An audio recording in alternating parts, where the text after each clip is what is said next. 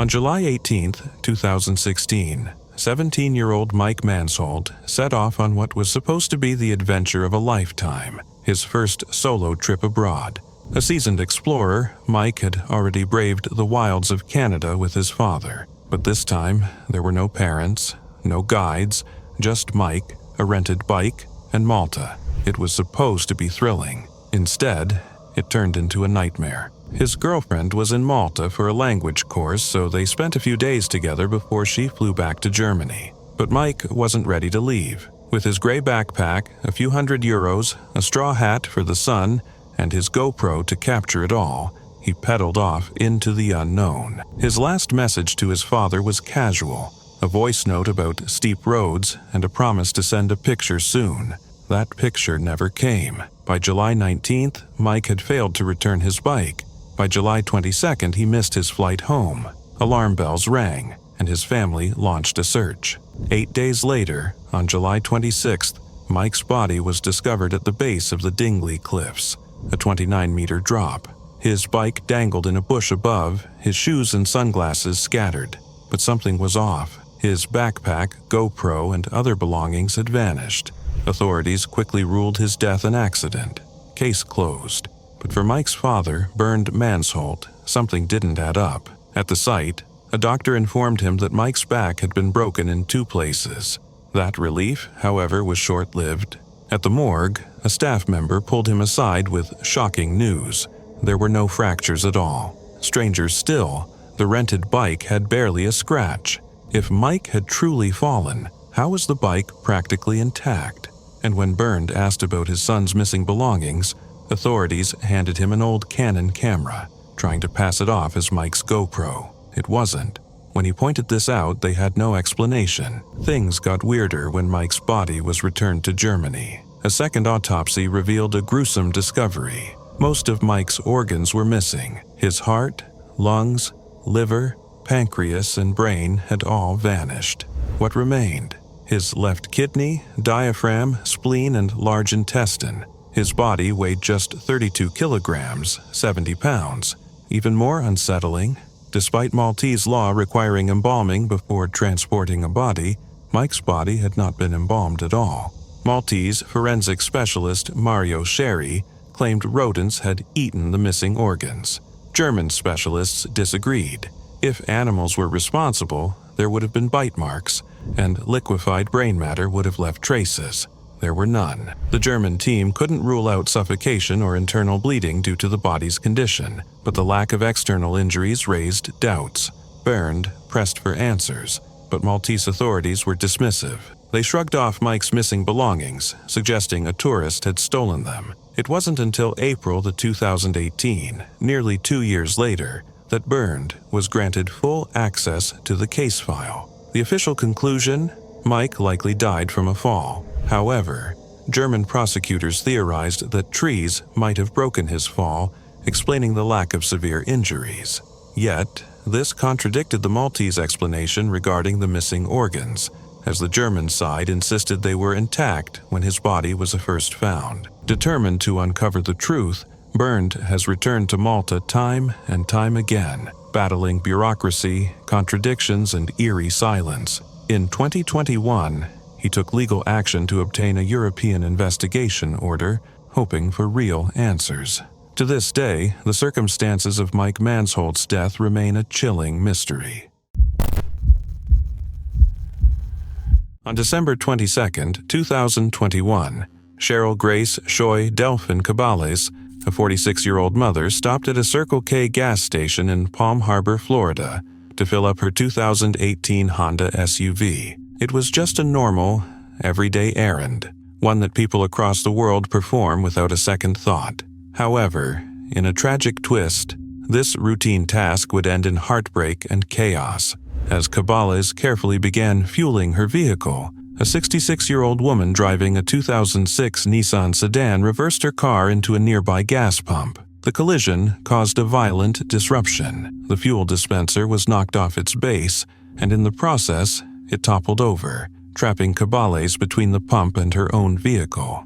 Almost immediately, the gas pump ruptured, sparking flames that quickly engulfed the area. Inside the SUV were two of Kabale's children, aged 11 and 14. In a panic, the children scrambled to escape the burning vehicle, managing to free themselves from the inferno. But their mother was still trapped, pinned in place by the fallen pump, unable to break free. Desperate to help, they tried to save her, but the fire was growing too quickly, too intensely. As the flames licked at the edges of the SUV, their mother's life slipped away before their eyes.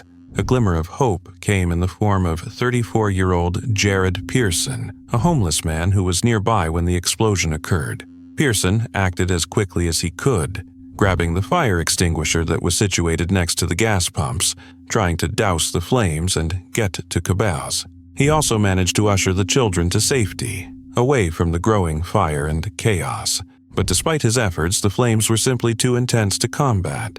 The fire consumed everything in its path, and tragically, Kabale's was unable to survive the horrific blaze. Pearson's bravery was commendable, but it was too late to save the mother of two, Cheryl Grace Shoy Delphin.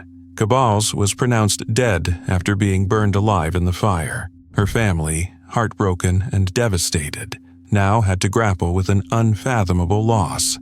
A mother, a woman who had so much to live for, was gone in an instant, leaving her children and loved ones reeling in grief. As the months passed, the family struggled to understand how such a horrific accident could occur. In August of 2022, the family decided to take legal action, filing a lawsuit against multiple defendants. The suit targeted 13 entities, including Circle K Stores, Inc., and Shell Oil Company. The family's lawyers argued that the gas station's safety systems had failed miserably. Specifically, the device designed to stop the fuel flow in the event of a gas pump being damaged or struck by a vehicle wasn't functioning. Additionally, the Circle K employee working at the time didn't activate the emergency stop switch, which could have potentially halted the disaster before it spiraled out of control. The lawsuit sought accountability for the failure of the safety measures that could have, in theory, prevented the deadly fire. The tragic death of Cheryl Kabale's left a lasting impact not only on her family, but on the broader community. It was a stark reminder of how something as ordinary as stopping for gas could turn into a life-altering nightmare in the blink of an eye. A family forever scarred by loss, an innocent woman caught in the wrong place at the wrong time, and a tragedy that left behind more questions than answers. On May 28, 2016, what should have been an ordinary day at the Cincinnati Zoo turned into a worldwide debate that still echoes today. A 4-year-old boy, Isaiah Dickerson, managed to slip past the barriers of the gorilla enclosure, leading to a chain of events that no one could have predicted. Unfortunately, this led to the death of Harambe, a 17-year-old 400-pound Western lowland silverback gorilla, sparking outrage, arguments, and even internet memes. Isaiah's parents, Dayon Dickerson and Michelle Gregg, were with a group of children at the zoo. As they were about to leave the gorilla exhibit, Isaiah had a sudden burst of curiosity, declaring his dream of swimming with the gorillas. While his mother was busy keeping an eye on the other kids, Isaiah saw his golden opportunity and made his move. In a matter of seconds, he managed to climb over the barrier and plummet 10 feet into the enclosure's moat. A loud splash was followed by someone screaming, "Oh my God, there's a kid in there!" Panic quickly spread as visitors gasped at the shocking sight. Isaiah, now sitting in front of a massive gorilla, and not just any gorilla, Harambe. Video footage later revealed the tense moments that followed. Harambe dragged Isaiah through the water by his leg, while the crowd screamed in terror. Yet, at times, the interaction seemed almost gentle. Some onlookers believed Harambe was protecting the child, even standing guard over him and at one point appearing to hold hands with Isaiah. However, Cincinnati Zoo director Thane Maynard later explained that the gorilla was growing agitated by the chaotic environment. Though Harambe wasn't attacking Isaiah, his sheer strength and size made the situation extremely unpredictable. The zoo's dangerous animal response team was faced with an agonizing choice: how to save Isaiah without further escalating the situation. They ultimately decided to fatally shoot Harambe, determining that a tranquilizer would take too long to act and could make Harambe react unpredictably. The decision sent shockwaves across the world. The public erupted in anger, with many questioning whether the killing was truly necessary. Animal rights activists and outraged citizens quickly mobilized, launching the online petition Justice for Harambe, which gathered over 350,000 signatures. Criticism wasn't just directed at the zoo. Isaiah's parents faced an onslaught of blame, particularly Michelle Gregg, who was accused of negligence. Social media was ablaze with furious posts, with some demanding an investigation into the family. Things got even messier when Isaiah's father, Dion Dickerson, was dragged into the controversy. News outlets dug into his past, revealing a history of burglary and drug-related charges.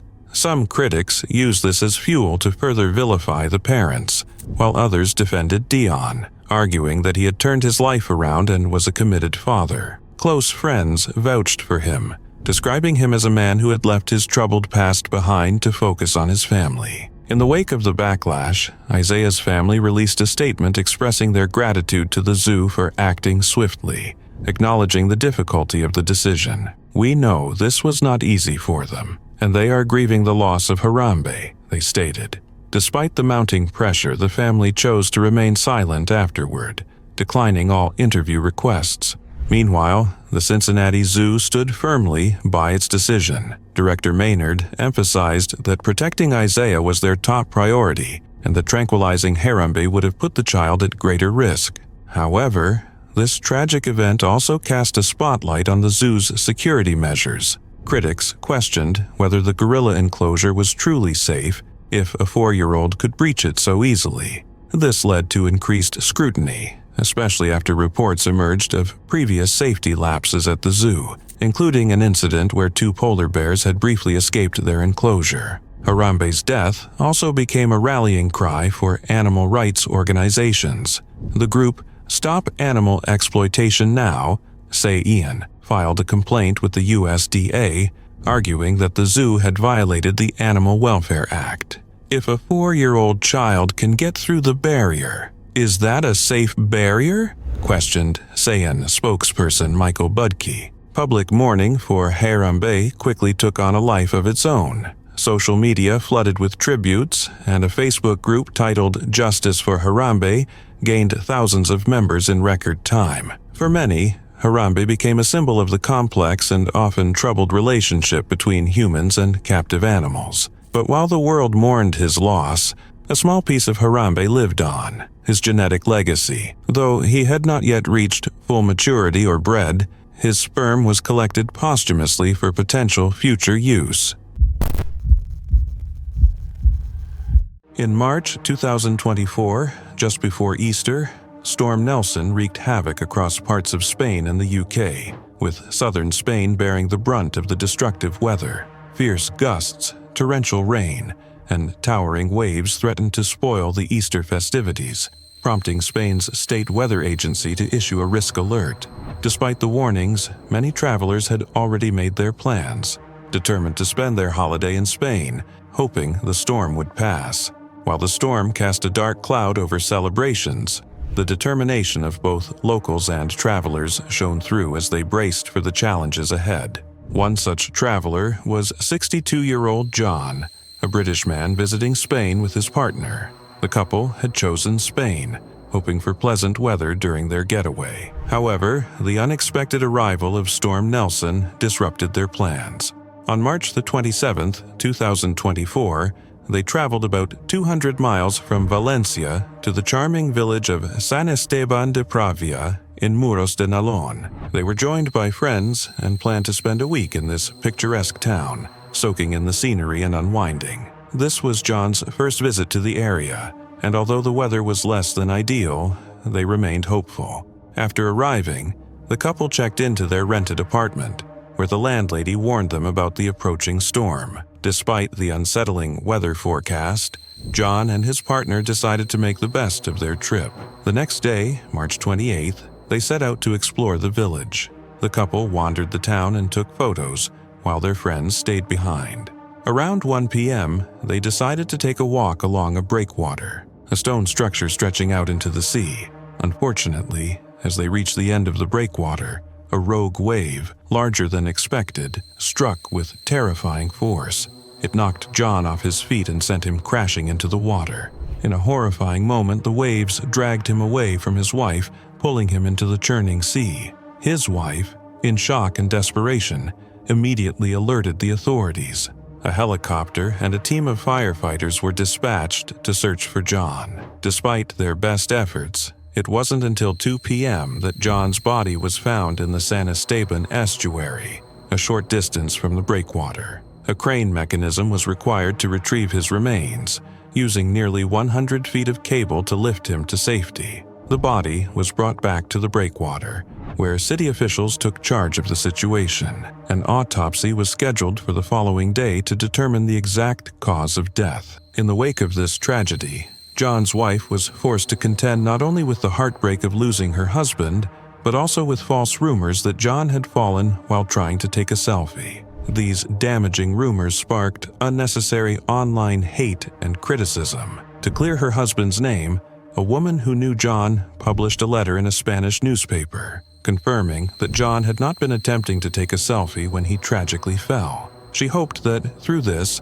John's death would not be in vain, and called for investment in better warning systems to prevent future tragedies in the area. John's untimely death serves as a stark reminder of the unpredictable power of nature, as well as the need for stronger safety measures for tourists who may not fully understand the dangers of such locations.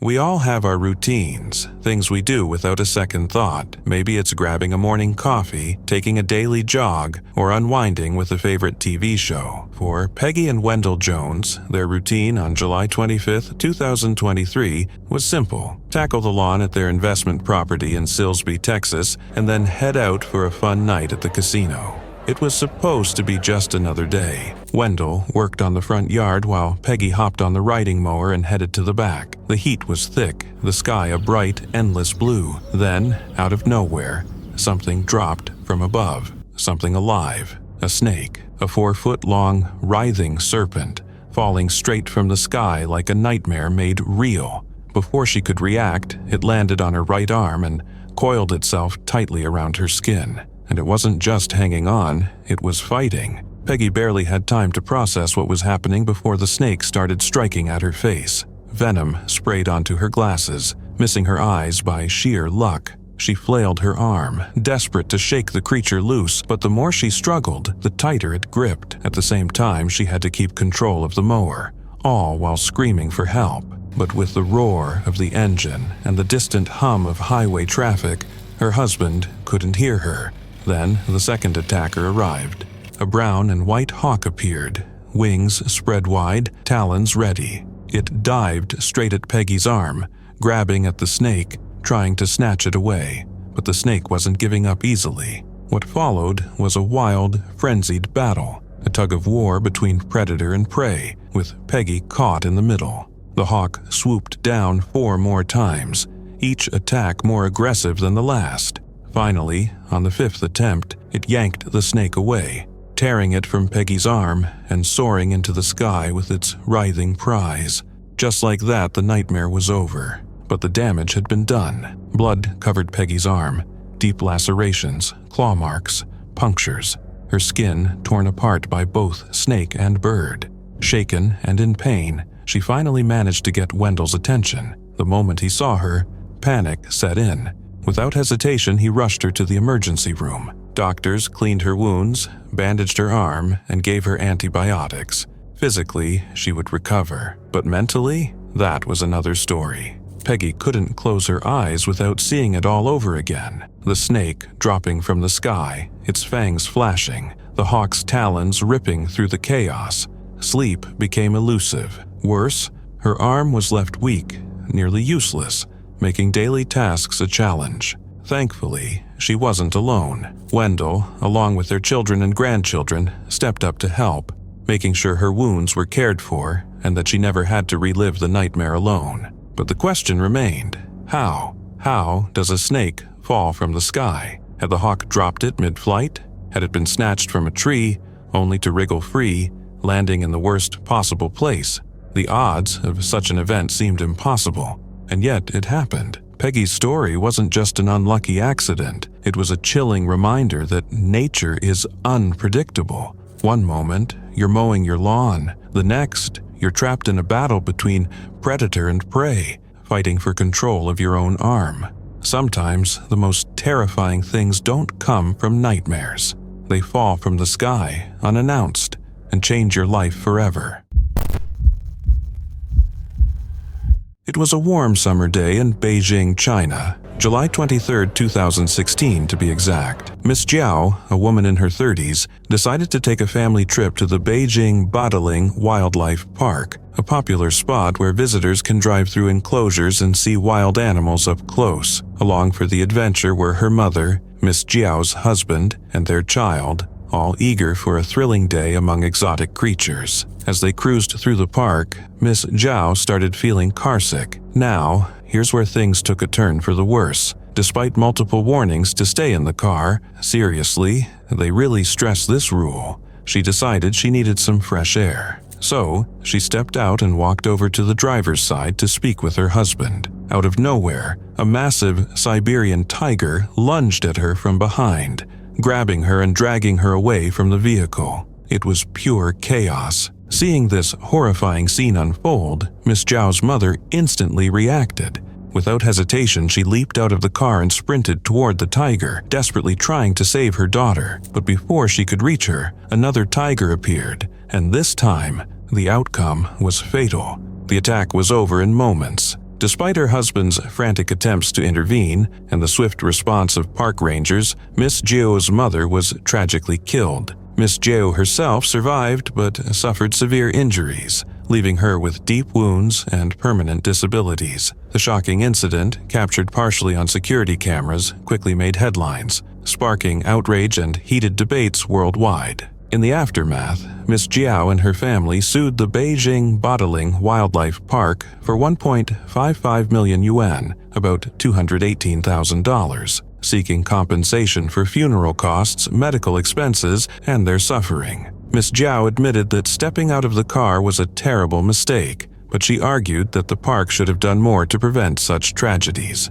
An official investigation was launched, examining whether the park's safety measures were up to standard. Officials determined that the tragedy resulted from the family's decision to leave the vehicle despite the very clear warnings. Signs were posted, precautions were in place, and park staff had repeatedly emphasized the rules. However, in response to the incident, the park temporarily shut down operations to review its safety protocols. They later implemented stricter measures, banning self-driving tours in the tiger enclosure and installing even more visible warning signs. But Miss Jiao wasn't satisfied. She insisted that the park's safety measures were still lacking. She claimed the risks hadn't been properly explained to visitors and argued that the agreement they signed upon entering the park wasn't fully understood. Her father backed her up, stating that the family had felt pressured into signing the waiver without a thorough explanation of the dangers. He believed the park should have taken greater responsibility in protecting its guests,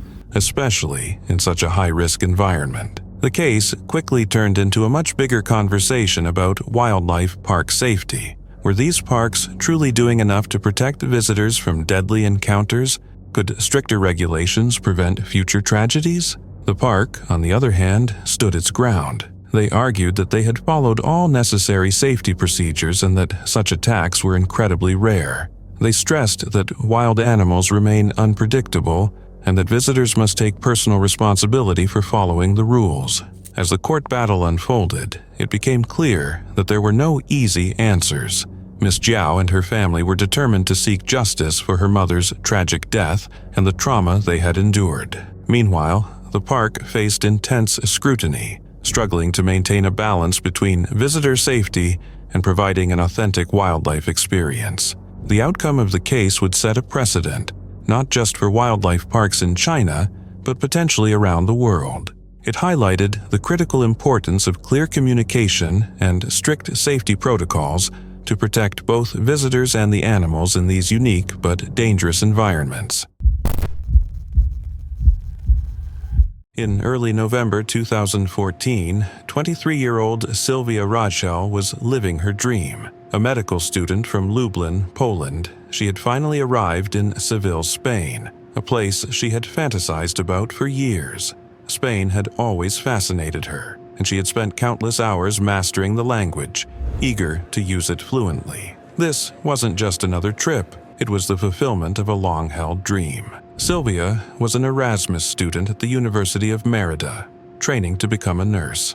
Known for her bright smile, striking blue eyes, and long black hair, it was her kindness and ambition that truly set her apart. Her dream was simple: to complete her studies and build a life in Spain, where she had fallen in love with the culture. Her friends and family knew how determined she was to make that dream a reality. Her visit to Seville, Andalusia's largest city, was part of an organized trip with the student association. She explored the historic streets, marveled at the vibrant culture, and soaked in every bit of the Spanish experience.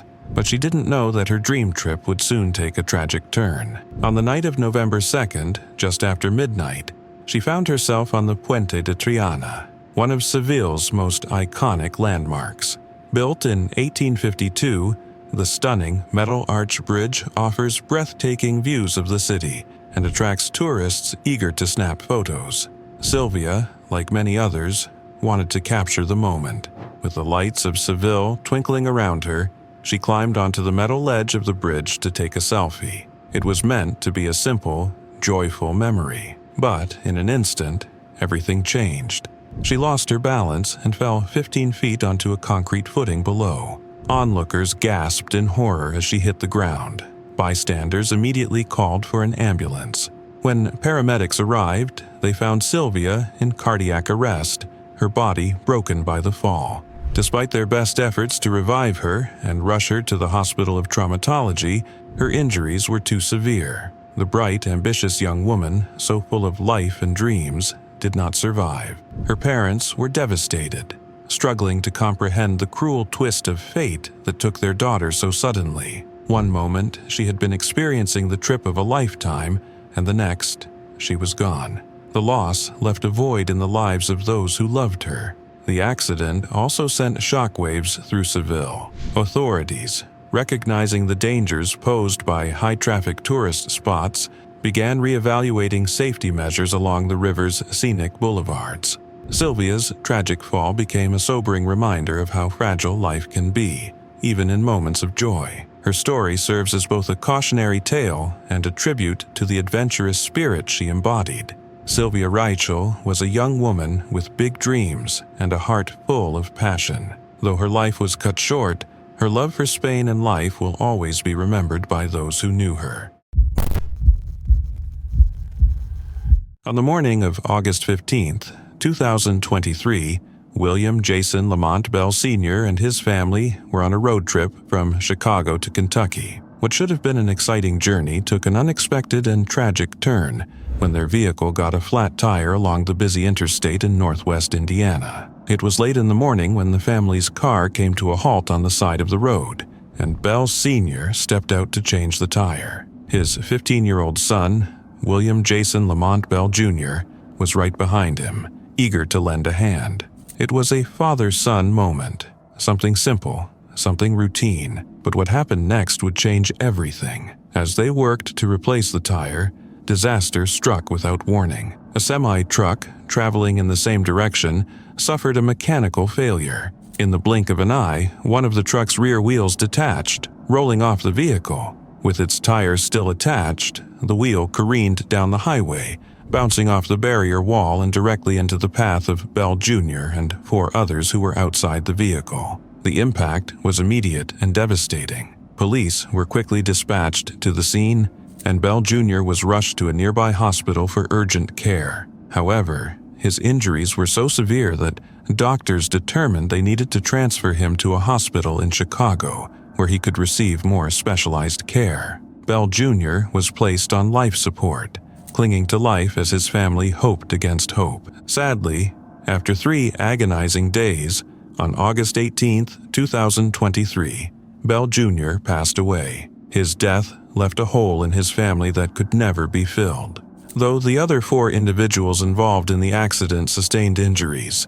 They were fortunate that their wounds were not life-threatening. The semi-truck driver was sent to a local hospital for a mandatory toxicology test. While authorities did not suspect drugs or alcohol played a role in the crash, the truck was impounded by state police for further inspection. They needed to understand how a simple road trip had turned into a nightmare, with a malfunction leading to the loss of a young life. For Bell Sr. and his family, the grief was overwhelming. A road trip meant to be filled with laughter and bonding had ended in heartbreak. Their son was gone, taken too soon by an accident no one could have predicted. The family now faced the painful journey of trying to heal from an unimaginable loss, forever carrying with them the memory of that tragic day.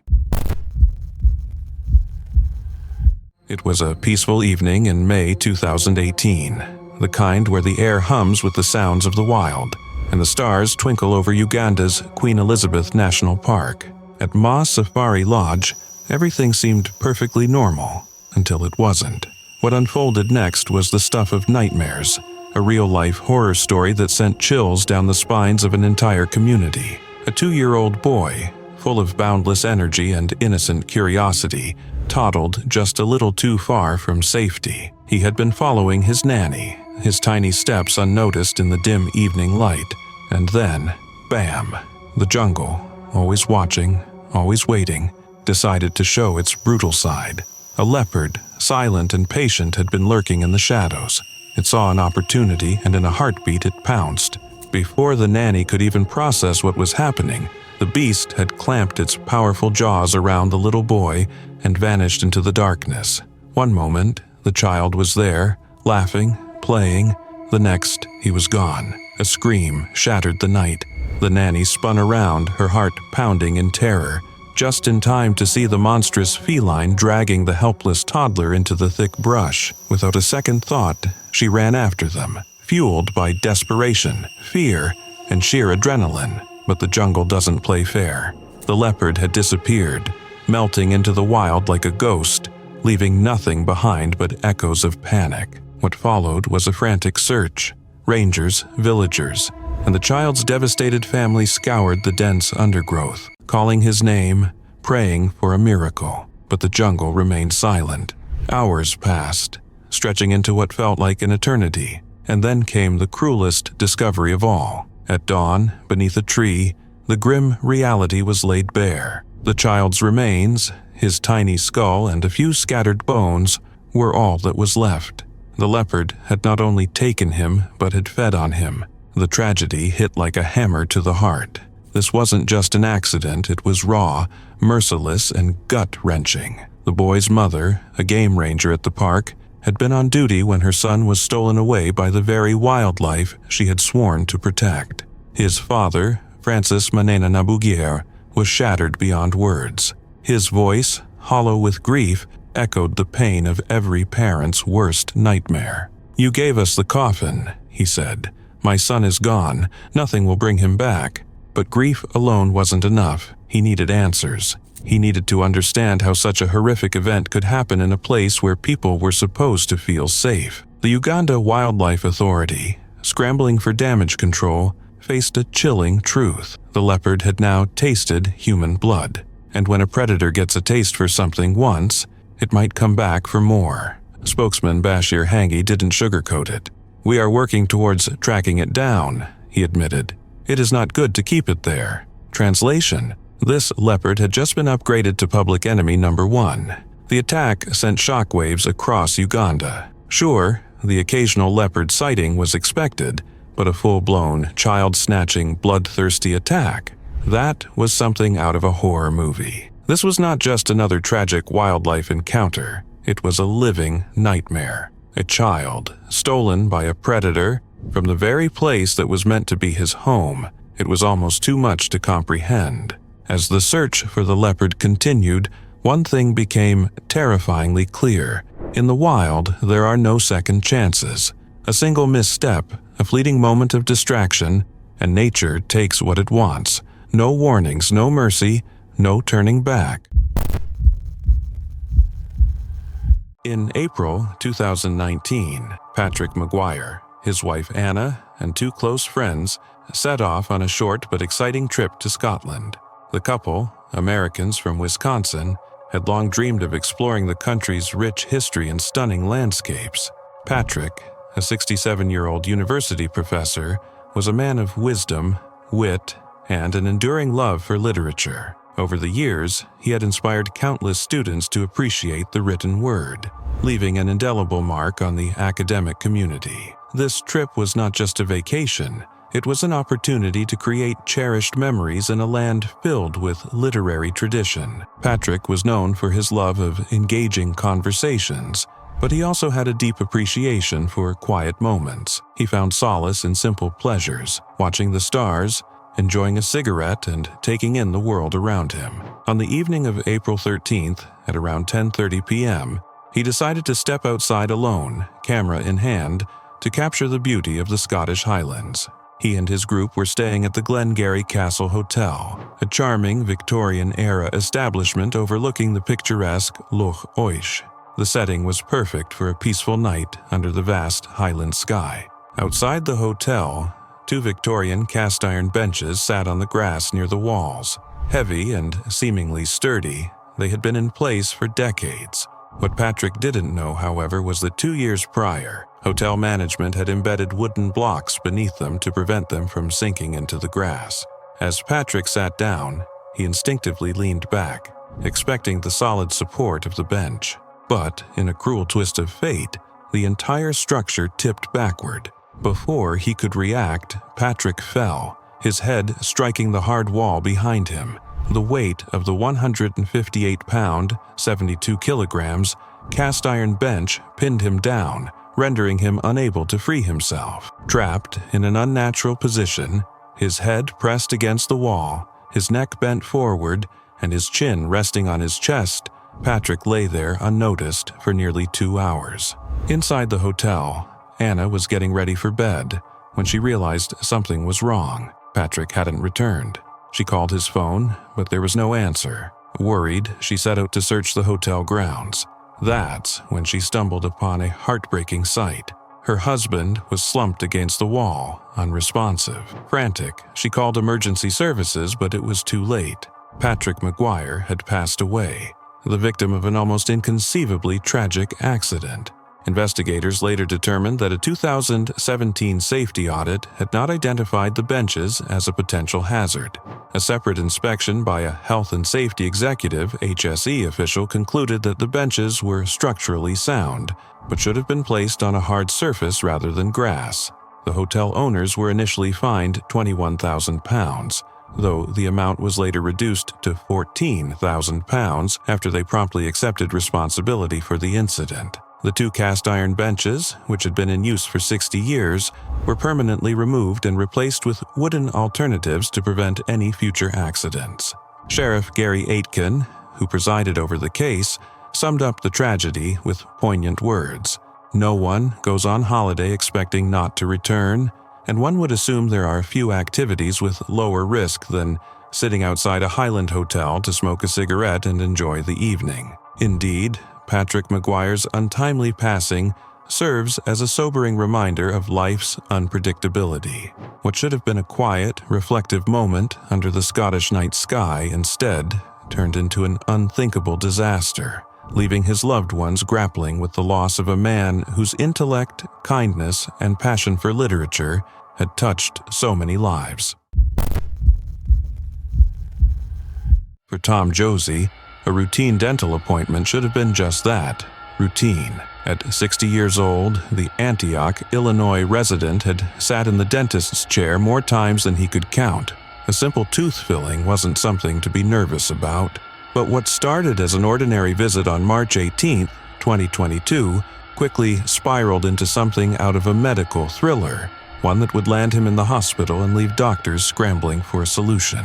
Everything seemed fine at first. The dentist worked carefully, the drill buzzing as it smoothed out the damaged tooth. Then, out of nowhere, Josie felt the urge to cough. It was a split-second reflex, something he didn't think twice about until he realized something was wrong. He swallowed hard, feeling an odd sensation in his throat. That's when the dentist gave him the news no patient ever expects to hear. You just swallowed a drill bit. Yossi's mind raced. How was that even possible? He hadn't felt anything sharp going down. But the truth was, a 1-inch, 2.5 centimeters long drill bit had completely vanished, right into his body.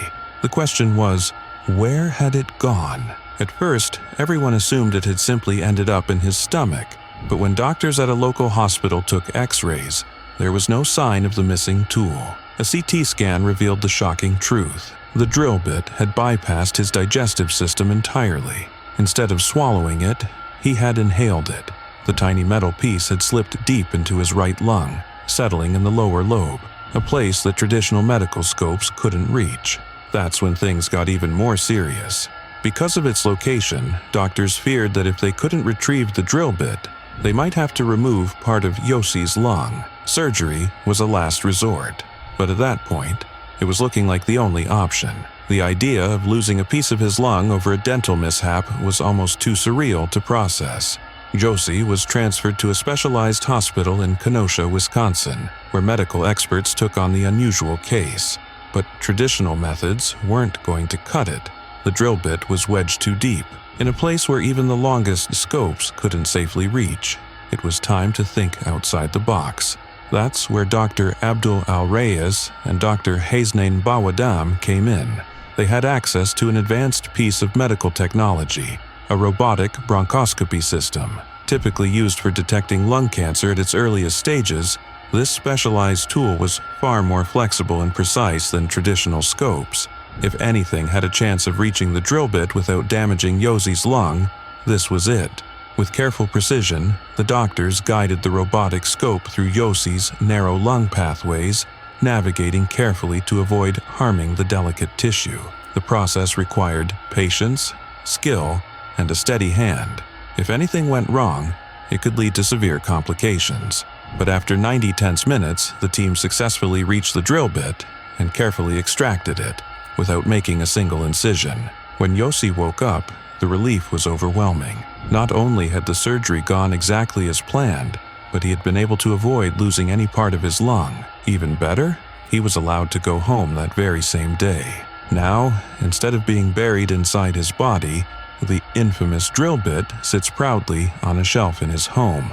A bizarre but unforgettable souvenir of the day a dental appointment turned into a medical mystery. Looking back, Yossi can't help but marvel at the absurdity of it all.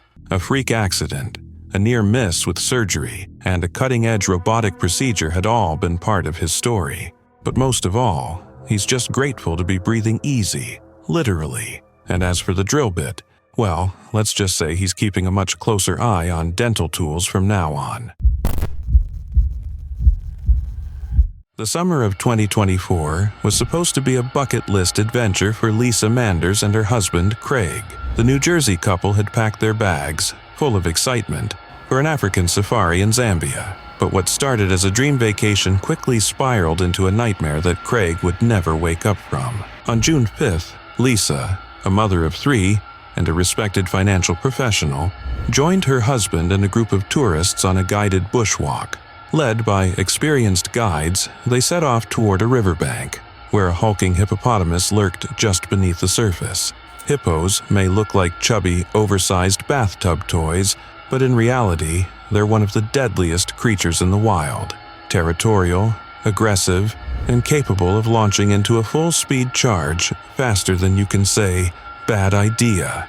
Despite the danger, the group was encouraged to observe from close range, reassured that everything was under control. Spoiler alert, it wasn't. 1 second, all was calm. The next, chaos erupted. The hippo lifted its head, paused for a split second, almost like it was sizing up its next move, and then exploded from the water with the force of a freight train. Lisa turned to flee, but there was no outrunning a rampaging hippo. In a heartbeat, the massive beast lunged, its gigantic jaws clamping down on her with a force that shattered bones instantly. She was lifted clean off the ground, flung around like a rag doll. Her screams echoed through the air. Craig could do nothing but watch in horror as his wife was mauled to death before his eyes.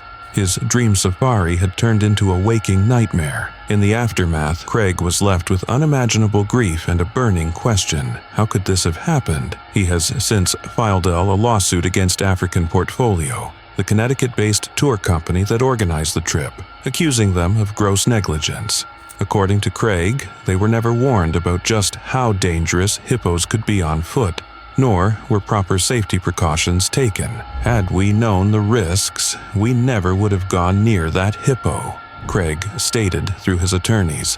The idea that we were left so vulnerable that Lisa had no protection between her and such a deadly animal is mind-blowing. African Portfolio, however, has denied responsibility. Their attorney, Rod Gould, brushed off the lawsuit, claiming the company simply arranges trips and can't be held accountable for what happens during them. My client is a tour operator. We arrange vacations. If a traveler's airline loses their luggage, that's not our fault, he argued. But for Craig and his devastated family, this wasn't just a freak accident.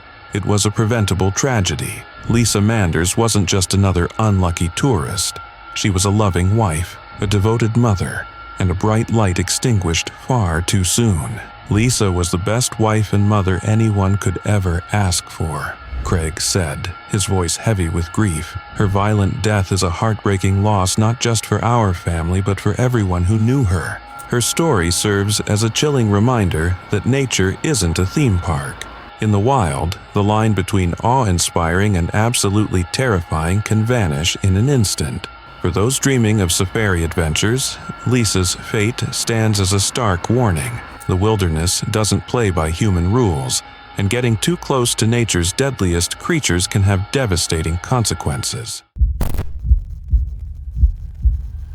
In July 2017, 22-year-old Bakari Henderson was living his best life on the Greek island of Zakynthos.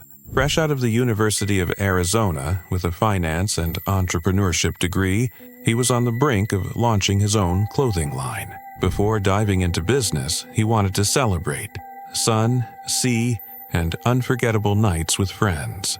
Zakynthos, famous for its stunning beaches and vibrant nightlife, seemed like the perfect place. Bakari and his friends spent their days cliff diving in secret spots, laughing and soaking up the carefree atmosphere. He was the heart of the group, the kind of guy who always had your back and brought positive energy wherever he went.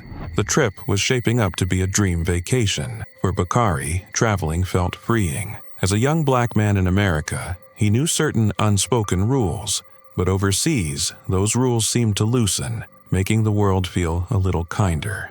That night, after a day of adventure, he and his friends headed to Laganas, the island's wildest party district, ready to celebrate. A Serbian waitress invited them into a club. Drinks flowed, music thumped, and the night was young. At around 3 a.m., Bakari took a selfie with the waitress. A simple, harmless moment. But one man in the bar saw it differently. A Serbian man, seething with anger, demanded to know why she was talking to a black man. His hostility escalated quickly. He threw a punch. Bakari, taken off guard, tried to defend himself, but he wasn't facing just one man. More men, several Serbians, a Greek, and a British citizen, joined in. The atmosphere shifted from carefree to violent in seconds. Bakari bolted out of the bar, but the mob chased him. CCTV footage captured the horrifying scene. A group of about 10 men surrounding him, mercilessly beating him, with most blows landing on his head. His friends barely had time to react before it was too late. By the time they reached him, Bakari was gone. In 2018, 9 men were identified and brought to trial, but instead of being charged with murder, 6 were found guilty of deadly assault, a much lighter charge, while 3 others walked free. For Bakari's family, the verdict was a gut punch. Justice had slipped through their fingers. A Greek prosecutor, also disturbed by the verdict, ordered a retrial, possible in Greece due to the lack of double jeopardy laws. Even Kamala Harris took notice, bringing the case to the Greek Prime Minister. However, delays kept pushing justice further out of reach. Finally, in 2022, a Greek court upheld the original convictions, but by then, 5 of the convicted men had been released, and the 6th had his sentence reduced. The outcome felt like a bitter aftertaste. Justice delayed and denied. Bakari's family fought tirelessly, hoping for real accountability, but the system failed them. Their son, full of promise, was taken in an instant, over a selfie, over a senseless act of hate. They now dedicate themselves to keeping his memory alive and pushing for a world where this never happens again. Bakari Henderson had dreams, drive, and an unshakable spirit. He should have come home with stories of sun-drenched beaches and laughter-filled nights. Instead, his story became one of tragedy, injustice, and a brutal reminder that racism knows no borders. His loved ones are left with memories and a fight for answers that should have never been necessary. For Delry Rosario and her sister Marissa Woods, hitting the gym was more than just a habit. It was a part of their daily rhythm. Nearly every day, they laced up their sneakers and headed to the LA Fitness Center in Kent, Washington, ready to push themselves, to sweat, to feel that familiar burn as they ran on the treadmill. It was their time to reset, to focus, to let the stress of the world melt away. But on July 21st, 2023, that familiar routine took a devastating, unthinkable turn. One moment, Rosario was running, her feet pounding against the belt of the treadmill, her breath steady. The next, her world tilted, literally. Something went wrong. Maybe it was just a misstep. Maybe the treadmill malfunctioned. No one could say for sure. What is certain is that Rosario, a healthy, active 36-year-old, lost her balance as she attempted to slow the machine down. In a horrifying instant, she stumbled forward, her momentum working against her, and her head slammed into the front of the treadmill. The impact was brutal. The force knocked her off the machine, sending her crumpling to the gym floor. Marissa watched in horror as her sister collapsed. At first, she thought Delry would stir, shake it off, get back up, but she didn't. Panic surged through Marissa as she dropped to her knees, calling out her sister's name, shaking her, willing her to respond. But there was nothing, no movement, no sign of consciousness. A terrible, suffocating fear settled in. Marissa screamed for help, her voice rising above the hum of gym equipment and idle conversations. People turned. Some ran over. But, according to Marissa, none of the LA Fitness staff stepped forward to help. Not one of them performed CPR. Not one of them seemed to know what to do. It was strangers, fellow gym-goers who stepped in to assist. But by then, precious minutes had slipped away. The paramedics arrived as quickly as they could, pushing through the gym, equipment forgotten, people frozen in shock. They worked swiftly, lifting Rosario, stabilizing her, racing against time. Marissa could do nothing but follow, her heart pounding, her mind reeling. This wasn't supposed to happen. This was just another normal day, just another workout. At the hospital, the waiting was unbearable. Hours stretched into eternity. Marissa and her family clung to hope, desperately willing Rosario to wake up, to open her eyes, to squeeze someone's hand. But she never did. The doctors delivered the news no one wanted to hear. Delry Rosario was gone. The weight of the loss was crushing. How could someone so full of life, someone so strong, be gone in an instant? The shock of it all made it impossible to process. It didn't feel real. It didn't make sense. The gym, the place that had been a source of energy, strength, and routine, had become the site of unimaginable tragedy. Yet, even in the depths of their grief, something extraordinary happened. Delry Rosario had always been someone who gave without hesitation. She was the kind of person who would drop everything to help a friend, who would offer a warm smile to a stranger, who believed in kindness above all else. And even in death, she continued to give. As an organ donor, Rosario saved the lives of 5 people, 5 individuals who had been clinging to hope, waiting for a miracle. Her heart, lungs, kidneys, and liver were transplanted, giving them a second chance at life. People she had never met, people she would never know, were given the most precious gift of all because of her. For her family, it was both a comfort and a heartbreak. Rosario was gone, but she wasn't truly lost. A part of her still lived on, beating in another's chest, breathing in another's lungs, carrying her legacy forward. The tragedy of that day would never fade. The questions would never fully be answered. But one thing remained undeniable. Rosario's spirit, her love, her generosity, had outlived her final breath.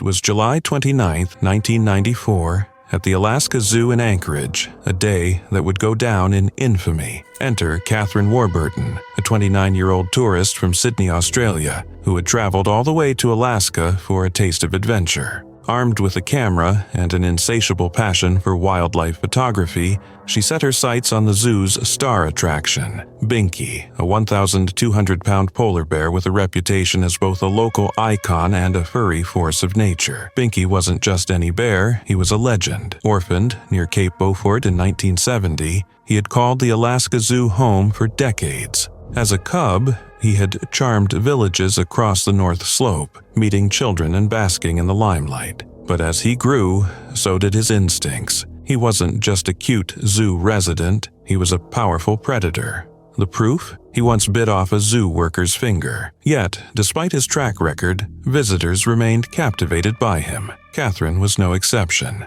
Determined to get the ultimate close-up shot, Catherine made a decision that, in hindsight, was less brilliant photographer and more bad life choice.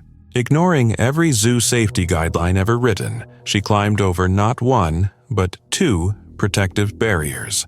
With her camera in hand and her confidence sky-high, she positioned herself just feet away from Binky's enclosure. Binky, the apex predator that he was, didn't need an invitation. In a flash, he lunged through the bars, clamping his massive jaws onto Catherine's thigh. Chaos erupted. She screamed. The crowd gasped. Binky, unfazed, held on like a bear possessed. Visitors rushed to help, waving sticks, shouting, and trying every bear distraction technique they could think of. Some called for a tranquilizer gun, but before it came to that, Binky decided he'd had enough. He let go, leaving Catherine with a broken leg, a severely bitten thigh, and a newfound appreciation for zoo barriers. From her hospital bed, Catherine reflected on the incident with brutal honesty. That was the dumbest thing I've ever done. Meanwhile, Binky, the undisputed king of the enclosure, basked in his newfound glory. The next day, a now iconic photo captured him proudly, holding Catherine's shoe in his mouth, as if it were a championship trophy. The image went viral before viral was even a thing. Binky's fame skyrocketed. He was no longer just a zoo bear, he was a sensation. T-shirts, mugs, and souvenirs featuring his victorious shoe moment flooded the gift shop. Slogans like, "Send another tourist," "This one got away," became instant classics. People debated the incident. Was Catherine to blame for ignoring the rules? Was Binky just being Binky? Either way, the world couldn't get enough of him. But Binky wasn't done making headlines.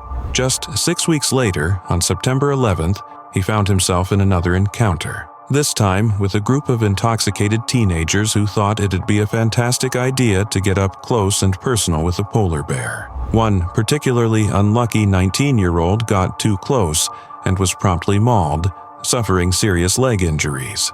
Though the zoo never confirmed Binky as the attacker, the bear was found with blood on his face, looking suspiciously pleased with himself. With two high-profile incidents under his belt, or rather, his fur, Binky became an international icon, but fame didn't shield him from tragedy. In 1995, his companion, Nuka, fell ill with a parasitic disease and died from liver failure.